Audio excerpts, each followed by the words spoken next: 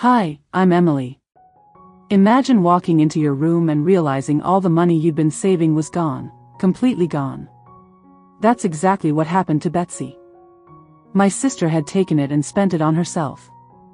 She probably thought I'd cry, but instead, I just smiled. That's when Dad came in, his voice loud and angry. "Where is the $15,000 we prepared for your sister's college?" My sister froze, her face falling as tears streamed down. Well, let's go, I thought. My name is Betsy, and I'm 24 years old. I still live with my parents, even though I graduated from college 2 years ago and have a good job at an insurance company. It's not that I can't afford my own place, I absolutely can, but I never felt the need to rush out. My parents are good people, and living at home helps me save money while I figure out my life and what I want to do next. My younger sister, Allison, is 20 and in her second year of college. She lives about an hour away in the next town and only comes home during holidays and breaks. Allison has it easy. Our parents pay for everything, her tuition, rent, food, spending money, everything is given to her on a silver platter. When I was in college, it was different. I had to work part-time jobs to pay for my own food and rent, even with a partial scholarship that covered 70% of my tuition.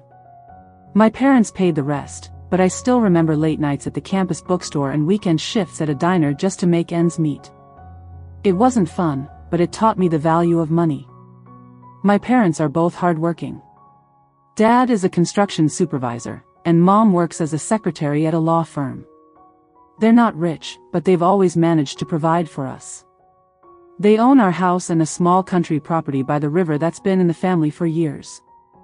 This year, though, money got tight, and that strain was about to cause problems none of us expected. Dad had been dealing with some health issues that kept him out of work for a few weeks, and Mom's hours had been cut back at the office. I could see the worry on their faces when they thought nobody was watching. "We need to figure something out," I overheard Mom telling Dad one evening when they thought I was upstairs. "Allison's tuition is due in 3 months, and we just don't have the money saved like we usually do." Dad rubbed his forehead the way he always does when he's thinking hard. "What about the country house?" he asked. "There's so much old stuff there that we never use anymore." That's when they came up with their plan. They decided to clean out the country house and sell anything they could. Over the next 2 months, they worked every weekend going through decades of accumulated belongings. There was an old fishing boat that hadn't been used in years, furniture from when our grandparents were alive, old appliances, tools, and boxes of random household items. They sold the boat to our neighbor, Mr. Peterson, for $3,000. The old dining room set went to another neighbor for $800. Dad's collection of tools, which he'd replaced over the years, brought in another $1,200. Some of the furniture was in good enough condition to sell online, while other items were just sold for scrap metal. By the end of the 2 months, they'd managed to sell almost everything. The total came to exactly $15,000 in cash. They kept it all in 20s, 50s, and hundreds, tucked into a large envelope. Allison had no idea any of this was happening since she was away at college the entire time. Last Tuesday morning, Dad called me into the kitchen before I left for work. He was holding that thick envelope, and I could tell he was nervous about something. "Elsie, I need you to do me a favor," he said, placing the envelope on the table between us. "This is all the money from selling the stuff at the country house. $15,000. I need you to deposit it into our family account at the bank today." I picked up the envelope and felt the weight of all that cash in my hands. "Dad, this is a lot of money to be carrying around. Are you sure you want me to take it to work with me?" I asked. "I would do it myself, but I have back-to-back meetings all day, and your mother has that important client presentation. You're the only one who can get to the bank during business hours." I looked at my watch. I had about 10 minutes before I needed to leave for work, and the bank didn't even open until after I'd already be at the office. "Actually, Dad, I can't make it to the bank today. I've got that big project deadline, and my boss specifically said he needs me there all day. But tomorrow's my day off, so I can go first thing in the morning." Dad nodded. "That's fine. Just keep it somewhere safe tonight. When I got to my room, I looked around for a good hiding spot for the money. My dresser seemed too obvious, and I didn't want to leave the envelope just lying around. I finally settled on the top drawer of my desk, which was filled with old college papers and notebooks. The envelope would be hidden underneath everything. Later, when I got home from work that evening, I walked through the front door and froze. Allison was strutting around the living room like she owned the place, but something was different.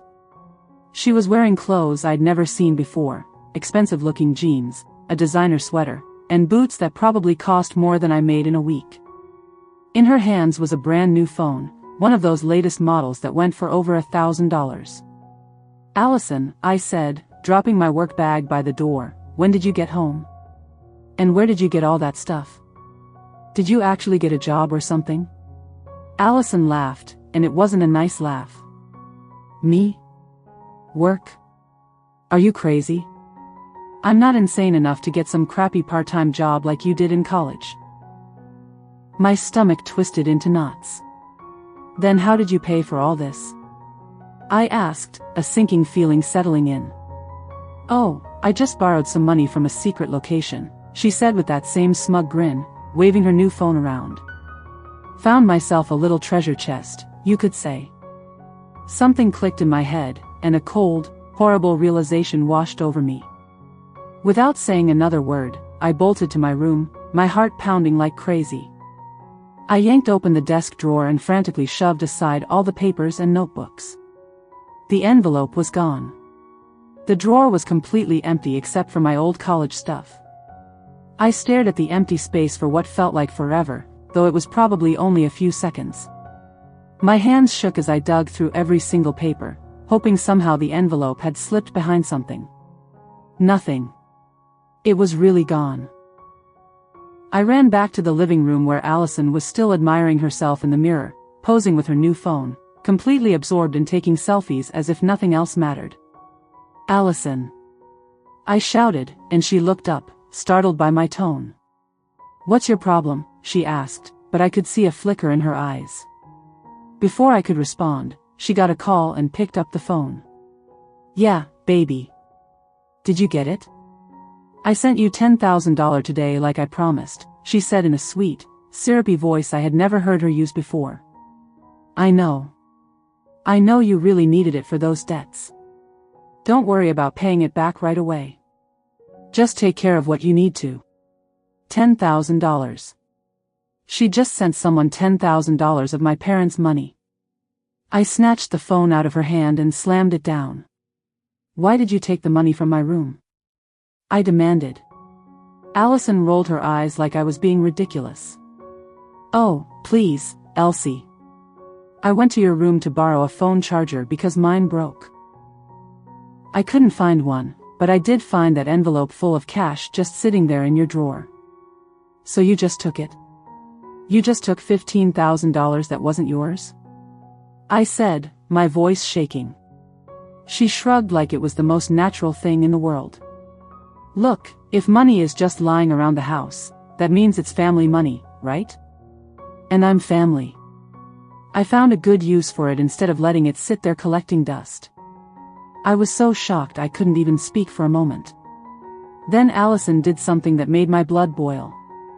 She held up her new phone and snapped a picture of my face. "You should see how crazy you look right now," she laughed. "This is hilarious. Maybe next time don't leave money scattered around the house if you don't want people to use it." That's when I heard the front door open. Mom and Dad were home from work. "What's going on here?" Dad asked as he stepped into the living room, his eyes narrowing as he took in the tension in the room. "Allison took the money from my room and spent it all," I said, my voice coming out higher than I intended. Mom's face went pale. "What? Elsie, that's not funny. Don't joke about something like that." "I'm not joking, Mom," I said, holding back tears. "Look at all the stuff she bought. And I just heard her on the phone talking about sending $10,000 to someone." Allison's face had gone pale too, but she was still trying to act casual. "Whose money was it anyway?" she asked, her voice now less confident. Dad's face was turning red, which was never a good sign. We sold everything from the country house to get that money. It was for your college tuition next year. That was $15,000, Allison. Now Allison looked genuinely scared. Wait, what? You sold the boat, all the old furniture, Dad's tools, everything we could get rid of, Mom said, her voice shaking. We've been working on this for 2 months because we couldn't afford your tuition otherwise. That's when Allison completely lost it. She started screaming and pointing at me. I didn't take anything. Elsie spent the money herself and now she's trying to blame me. She's lying. I turned to my parents, my voice rising. How much money do you think she could have spent just on the clothes she's wearing right now? And look at those shopping bags on the couch. They're full of brand new clothes with the tags still on them. Dad walked over to the bags and started pulling out items, designer jeans, expensive tops, a leather jacket that probably cost more than his weekly paycheck. There's more, I went on. I heard her on the phone telling someone she had sent them $10,000 today. That's a lie. Allison yelled.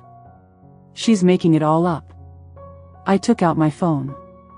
Fine. I'm calling the police right now.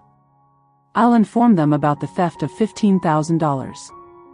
They can track all your purchases on store security cameras and check all your bank transactions to find out where the money went. Allison's face fell and she started crying. Okay, I took it. But I thought it was Bet's savings. I thought it was money she had saved from her job. I looked at her in total disbelief. So you thought my money was just free for you to take? You thought you could steal from me without facing any consequences? Even Mom and Dad looked stunned by what she just confessed. Dad's voice was frightening. Quiet. Allison, that was money for your college education. We don't have any other savings for you. What were you thinking? Allison was crying even harder now. I can return the clothes to the stores. Most of them still have tags. What about the $10,000 you sent to someone? Dad asked, who did you give our money to? Through her tears, Allison managed to say, I sent it to my boyfriend, Derek. He had gambling debts and people were threatening him. He promised he'd pay it back someday. Someday? Mom's voice was rising. Someday? And what else did you spend? I took my friends to that fancy restaurant downtown. We spent about $1,500 there. That money is definitely gone. Mom sat down heavily on the couch. I have always defended you, Allison. Always. When Elsie complained about you taking her things, I told her to share. When you got in trouble at school, I made excuses for you. But today, you have crossed every line possible. Allison ran out of the room crying, and I heard her bedroom door slam. Dinner that night was the most awkward meal our family had ever shared. Allison came down from her room with red, puffy eyes, but she didn't say a word. She sat there, picking at her food while the rest of us ate quietly. Finally, Dad set down his fork and looked straight at Allison. Your mother and I have made a decision. We won't require you to pay back the money you took. Allison looked up, hope in her eyes, but Dad continued. However, you will take a gap year from college starting next semester. You'll need to get a job and earn your own tuition from now on. We won't give you another cent for education or anything else. But Dad, I can't earn that much money, Allison protested. College costs a lot. You should have thought about that before you took $15,000, Dad said firmly. This decision is final and not up for discussion. Allison began to cry again, but I felt a sense of satisfaction. Finally, she would face real consequences for her actions. That night, around midnight, I heard a soft knock on my bedroom door. It was Allison, looking desperate. Elsie, please, I need to ask you something, she whispered, glancing back toward our parents' room. What do you want? Could you lend me the $15,000? I promise I'll pay you back as soon as I graduate and get a real job. Please, you know how important college is to me. I stared at her in disbelief. Are you really asking me for money after what you did today? After stealing from our parents and ruining their plans? Come on, Elsie. We're sisters. Family helps family, right? No, Allison. Absolutely not. You made your choice today. She stood there for a moment, looking hurt, then turned and ran back to her room. I heard her door slam again. As I lay in bed trying to sleep, I thought about all the other times Allison had done things like this. When we were kids, she would take my toys without asking. In high school, she borrowed my clothes and sometimes returned them damaged or not at all. She even used to take money from my piggy bank when I was saving for something special. Every time I complained to Mom and Dad, they would respond the same way. She's your little sister, Elsie. She doesn't mean any harm. You need to learn to share. She probably needed it for something important. It made me think, would my parents react the same way if Allison had taken my savings instead of their money, or would they still defend her? The next morning at breakfast, Allison tried a new tactic. She came downstairs looking sorry and spoke in a soft, apologetic tone. I'm really sorry about yesterday. I know what I did was wrong. I promise I won't do anything like that again. Dad didn't even glance up from his coffee. Sorry doesn't change our decision, Allison. You're not getting another cent from us for school or rent.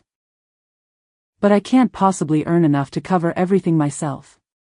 That's something you should have thought about before you spent our money, Dad replied coldly. This conversation is over. Later that morning, Allison made a big fuss about packing her bags. She loudly tossed her clothes into suitcases, ensuring everyone could hear her stomping around upstairs. Then she dragged everything to the front door. Fine, she declared dramatically.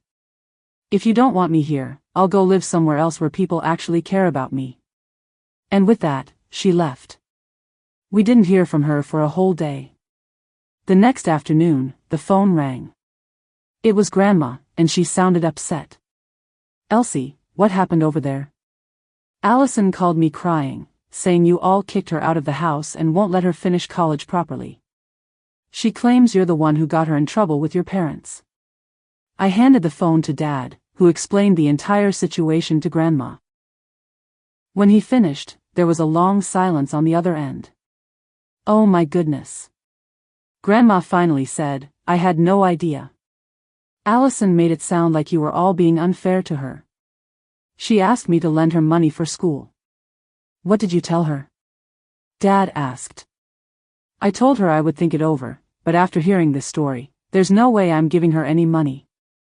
In fact, I'm going to check my house right now to ensure she didn't take anything when she visited last month. In the following days, our phone kept ringing. Aunt Emily called to ask why Allison was begging her for money. Uncle Mike called because Allison had shown up at his place with a story about needing help with college costs. Cousin Jennifer called because Allison had requested her to co-sign for a student loan. Each time, my parents had to clarify the real situation. Each time, the relatives were shocked and refused to assist Allison. A week later, Allison returned home on her own. She looked worn out and defeated. I went to everyone, she confessed, slumping into a chair in our living room. All the relatives, my college friends, even some of Derek's friends. Nobody would help me. Are you surprised? Mom asked. Look, I'll do what Dad wants. I'll take the gap year and work, but can I at least stay here so I don't have to pay rent? If I have to pay for my own apartment too, I'll never save enough for college. Mom and Dad exchanged glances, having one of those silent conversations that married couples have. You can stay, Dad finally said. But you must follow our rules, and you can't ask us for money for anything. 2 months after all this drama, I finally decided it was time to move out of my parents' house. I found a nice 1-bedroom apartment about 20 minutes away and moved all my things in over a weekend. It felt great to finally have my own space, especially after everything that had happened. Mom called me a few weeks later with an update on Allison. She got a job as a waitress at that family restaurant. She's actually working really hard. She gives us her entire paycheck every week and only keeps her tips for spending money. I was surprised to learn that Allison was actually sticking to her job, but I was happy she was finally learning some responsibility. 2 months later, I returned to visit my parents on a Sunday afternoon. I was eager to find out how things were going for Allison and her new job. When I entered the house, I hardly recognized my sister. The girl who used to flaunt expensive outfits and full makeup now appeared completely different. Allison was seated at the kitchen table in plain jeans and a simple t-shirt, without any makeup or perfectly manicured nails. She looked exhausted, really exhausted, but somehow more genuine than I had seen her in years. "Hey, Allison," I said, taking a seat across from her. "How's the job going?" She sighed and rubbed her forehead. "It's tough work. My feet hurt all the time, and some customers can be really rude, but I'm improving at it." Mom walked into the kitchen and hugged me. "Elsie, perfect timing. I was just about to tell Allison about the new account we opened for her." "What account?" I asked. Dad came into the kitchen holding his coffee mug. "We opened a special savings account for Allison. Every week, when she brings us her paycheck, we deposit the whole amount into that account. She only keeps her tips for daily expenses." "The tips aren't much," Allison added. "Maybe $40 or $50 a week. I had to sell my new phone and get a cheap one just to have enough money for the basics." I noticed she was using an old flip phone, the kind people had 10 years ago. It was a big change from the expensive smartphone she had bought with our parents' money. We told Allison she couldn't access the money in that account for a full year. Mom explained, "After 12 months, we'll give her access to it, and then she can decide what she wants to do." "What do you mean decide what to do?" I asked. Dad's face turned serious. "She can either use the money to return to college, or she can give it to that boyfriend of hers. But if she chooses the boyfriend, she's out of this house for good." I looked at Allison to gauge her reaction, but she simply nodded as if she understood. "Speaking of Derek," Mom mentioned, lowering her voice even though it was just family present. "I overheard Allison chatting with him on the phone last week. He was asking her for money again." "What did you say to him?" I inquired. "I told him I don't have any money to give," she replied. "He got really upset and accused me of being selfish." Allison's voice was soft. "He keeps insisting that if I truly loved him, I would find a way to assist him with his debts." "And what are your thoughts on that?" I asked. Allison was silent for a long moment. "I think maybe Derek only values me when I can provide him with things." Months later, I learned that Allison had ended her relationship with Derek. Mom called to share the news. She said he continued to pressure her for money even after she explained that she didn't have access to her savings account. When she refused to ask us for money, he began to treat her poorly. "Good for her," I said, and I genuinely meant it. "Did he ever repay that $10,000? Mom chuckled, but it wasn't a joyful laugh. "Of course not." Allison finally understood he never planned to pay it back. She mentioned he told her that money between couples should be shared freely and that asking for it back indicated she didn't trust him. I felt angry all over again thinking about that money, but I was also proud of Allison for finally recognizing Derek for who he truly was. When Allison's 21st birthday arrived in December, I went to the bank and withdrew $500 in cash. I placed it in a birthday card and gave it to her during her birthday dinner at my parents' house. Allison opened the card and stared at the money for a long time without saying a word. "Thank you," she finally whispered, and I noticed tears in her eyes.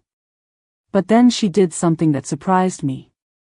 Instead of keeping the money, she handed it to Dad. "Can you deposit this in my account, too?" she asked. "I want to save every penny I can." Dad looked as astonished as I felt, but he nodded and took the money. After Allison left the room, my parents and I sat around the table chatting.